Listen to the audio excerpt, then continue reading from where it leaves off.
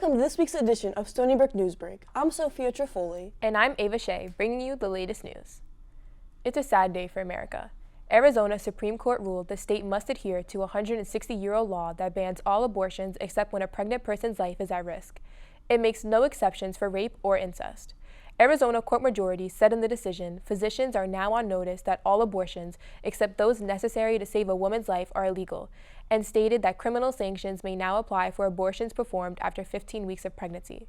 Planned Parenthood Arizona, the state's largest abortion provider, states that they will continue providing services for those who need support until the decision is officially enforced.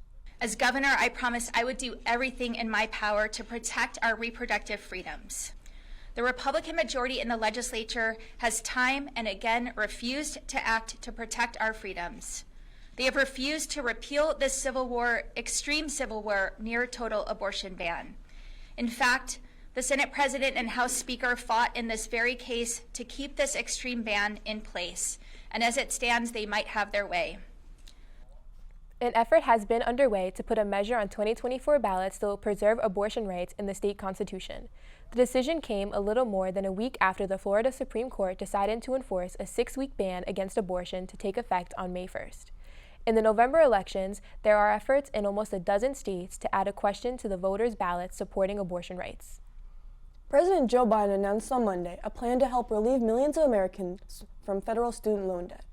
According to a fact sheet provided by the White House, Biden's new plan, combined with other programs, would benefit more than 30 million borrowers. That means that nearly 70% of all federal student loan borrowers would see their debt reduced or fully canceled under Biden's policies. It's Biden's second attempt to implement student loan forgiveness after his first plan was struck down by the Supreme Court last summer. President Biden made the announcement in Madison, Wisconsin, a major college town and a key swing state that could motivate younger voters to cast their vote for him. Officials did not say how much the new plan may cost, but critics are already saying it could increase inflation and the national debt. Biden argued that getting rid of the debt would stimulate economic growth and afford Americans new opportunities. The ability for working and middle-class folks to repay their student loans has become so burdensome that a lot can't repay it for even decades after being in school. I will never stop to deliver student debt relief on hardworking Americans, and it's only in the interest of America that we do it. And again, it has been an incredible start for the New York Yankees in 2024 with blockbuster acquisitions during the offseason, including superstar Juan Soto from San Diego Padres and Alex Verdugo from the Boston Red Sox. The Yankees have started their season with the league's best record at 10-2. This is now the 4th time in Yankees history that they have accomplished a 10-2 record to start the season.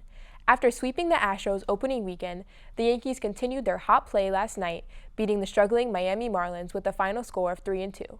Leading the way, starting pitcher Carlos Rodon threw 6 scoreless innings along with 6 strikeouts, allowing only 4 hits. Alex Verdugo set the tone early with a solo home run in the 2nd inning. After a rough 2023 season, the Yankees appear to have turned things around. Millions across America witnessed the moon block out the sun during a total solar eclipse on Monday. While most of the people in America weren't in the path of totality, many were able to witness a partial eclipse, with the moon transforming the sun into a fiery crescent. Solar eclipse watchers from different states wore protective glasses and gathered in open spaces to watch the breathtaking natural phenomenon. Many students walked out of their classrooms and observed the eclipse. The next total solar eclipse is predicted to occur in 2045. This has been Sophia Trifoli and Ava Shea with the Stony Brook Newsbreak.